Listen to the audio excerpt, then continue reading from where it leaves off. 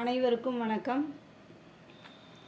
Nichrome என்பது மிக உயர்ந்த மின்தடை எண் கொண்ட ஒரு கடத்தியாகும். இதன் மதிப்பு 1.5 × 10⁻⁻6 ஓம் மீட்டர்.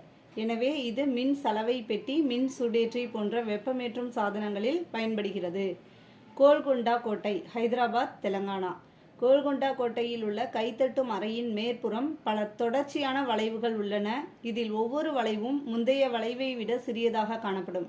எனவே இந்த அறையின் குறிப்பிட்ட பகுதியில் எழுப்பப்படும் ஒலியானது அழுத்தப்பட்டு எதிரொலிக்கப்பட்டு பின் தேவையான அளவு பெருக்கமடைந்து ஒரு குறிப்பிட்ட தொலைவிற்கு கேட்கிறது. மெதுவாக பேசும் கூடம். மிகவும் புகழ்பெற்ற மெதுவாக பேசும் கூடம் லண்டனில் உள்ள புனித பால் கேதீட்ரல் ஆலயத்தில் அமைந்துள்ளது. அந்த அறையில் ஒரு குறிப்பிட்ட பகுதியில் பேசப்படும் ஒலியானது எதிர்ப்புறம் உள்ள குறிப்பிட்ட பகுதியில் தெளிவாக கேட்கும் வகையில் அமைக்கப்பட்டுள்ளது. வளைவான பகுதிகளில் நடைபெறும் பல்முனை எதிரொலிப்பே இதற்கு காரணமாகும்.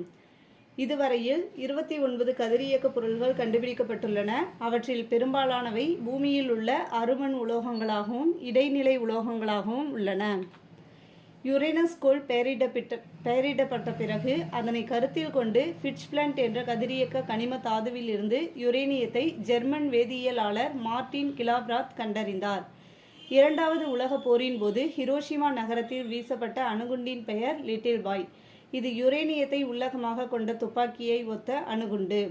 அதனைத் தொடர்ந்து நாகசாகியில் வீசப்பட்ட அணுகுண்டானது ஃபேட்மேன் என அழைக்கப்படுகிறது.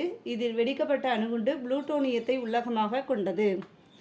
நமது பூமியின் வயது தோராயமாக 4.54 × 10⁻9 ஆண்டுகள், 45,40,00,000 ஆண்டுகள். காற்றடைக்கப்பட்ட குளிர்பானங்களில் கார்பன் டை ஆக்சைடு நீரில் கரைக்கப்பட்டு ஒரு பாட்டிலில் வைக்கப்பட்டுள்ளது. சோடாவில் இருக்கிற கேஸ் என்னன்னா கார்பன் டை ஆக்சைடு.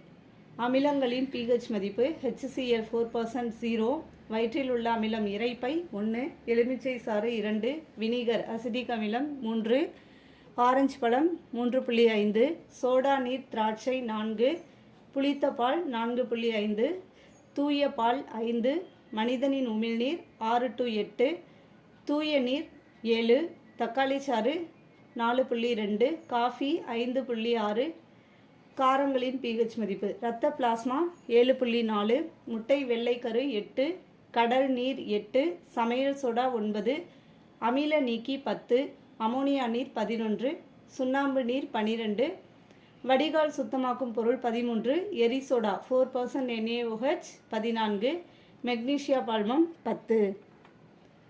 சாதாரண சோப்பை கடின நீருடன் பயன்படுத்தும் போது கால்சியம் மற்றும் மெக்னீசியம் அயனிகளை வீழ்படிய செய்து துணிகளின் மேற்பரப்பில் ஸ்கம் படிவை உருவாக்குகிறது. TFM என்றால் மொத்த கொழுப்பு பொருட்கள், டோட்டல் ஃபேட்டி மேட்டர். இது சோப்பின் தரத்தை குறிப்பது. உயர்ந்த TFM பெற்றுள்ள சோப்புகள் சிறந்த குளியல் சோப்பாகும். Adenosine triphosphate ATP, adenosine diphosphate ADP, nicotinamide adenine dinucleotide NAD, nicotinamide adenine dinucleotide phosphate NADP. ஒரு செல்லானது நேரடியாக ஆற்றலை குளுக்கோஸிலிருந்து பெற முடியாது. சுவாசித்தலின் போது குளுக்கோஸ் ஆக்சீகரணம் அடைந்து வெளியேறும் ஆற்றல் ATPயில் சேமிக்கப்படுகிறது. கால்வின் சுழற்சிக்காக 1961ஆம் ஆண்டு மெல்வின் கால்வின் என்பவருக்கு நோபல் பரிசு வழங்கப்பட்டது. ஒளிச்சேர்க்கையின் வேதியியல் நிகழ்வுகளை கண்டறிந்தவர் அமெரிக்க உயிர் வேதியியலாளரான மெல்வின் கால்வின். சூரிய ஒளியை பயன்படுத்தி செயற்கை ஒளிச்சேர்க்கை நிகழ்ச்சி நடத்தப்பட்டது. பாரத ரத்னா CNR ராவ் அவர்கள் அதே தொழில்நுட்பத்தை பயன்படுத்தி செயற்கை ஒளிச்சேர்க்கை நிகழ்ச்சி மூலம் ஹைட்ரஜன் எரிபொருளை உற்பத்தி செய்தார். அட்டைகளுக்கு காது இல்லை. அவை அதிர்வுகளை தோல் மூலம் உணர்கின்றன. அட்டைகள் 2 முதல் 10 சிறிய கண்கள் மூலம் உணவை அடையாளம் காண்கின்றன. தமது உடலை போன்று 5 மடங்கு அதிக இரத்தத்தை உறிஞ்சும். தனது முழு உணவையும் செரித்து உறிஞ்சி கொள்ள ஓராண்டுக்கும் மேலாகிறது. அட்டையின் மருத்துவ பயன்கள். அட்டைகள் இரத்த உறைவை தடுத்து இரத்த ஓட்டத்தை விரைவுபடுத்துவதில் செயல்திறன் மிக்கவை. சுற்றோட்ட குறைபாடுகளையும் இரத்த ஓட்ட மண்டலம் தொடர்பான நோய்களையும் குணப்படுத்துகின்றன. இவற்றின் உமிழ்நீரில் இருந்து பிரித்தெடுக்கப்படும் வேதிப்பொருள்கள் உயர் இரத்த அழுத்தத்தை குறைக்கும் மருந்துகள் தயாரிக்க பயன்படுகின்றன. குள்ள முயலானது அழியும் அபாய நிலையில் உள்ள விலங்கு என 1990இல் வாஷிங்டனில் பட்டியலிடப்பட்டது. வாலிடை இழப்பால் இம்முயலின் எண்ணிக்கையும் பரவுதலும் குறைந்து போனதே இதற்கு காரணம். மார்ச் 2003 கொலம்பியா வடிநீள குள்ள முயல் அழியும் நிலையில் உள்ள விலங்கு என அறிவிக்கப்பட்டது. இரத்த சிவப்பணுக்கள் எரித்ரோசைட்டுகள் மனித உடலில் அதிக அளவில் காணப்படும் செல்களாகும்.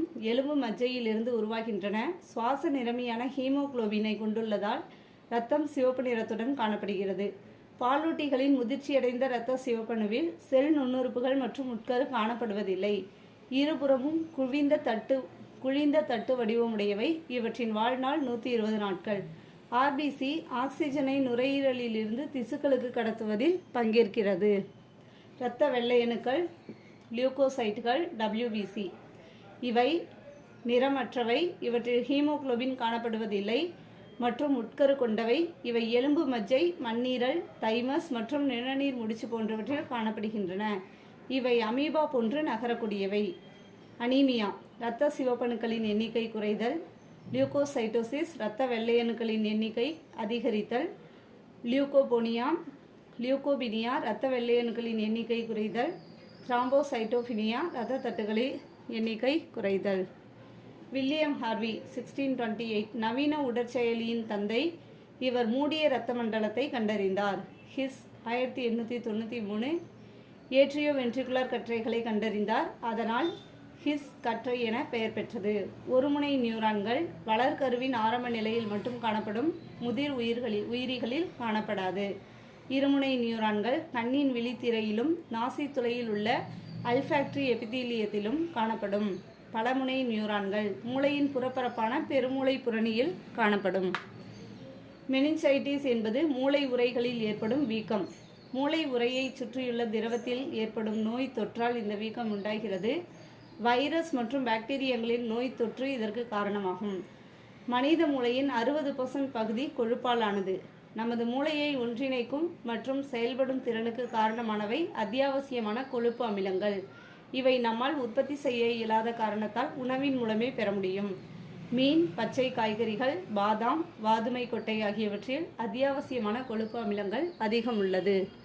நன்றி.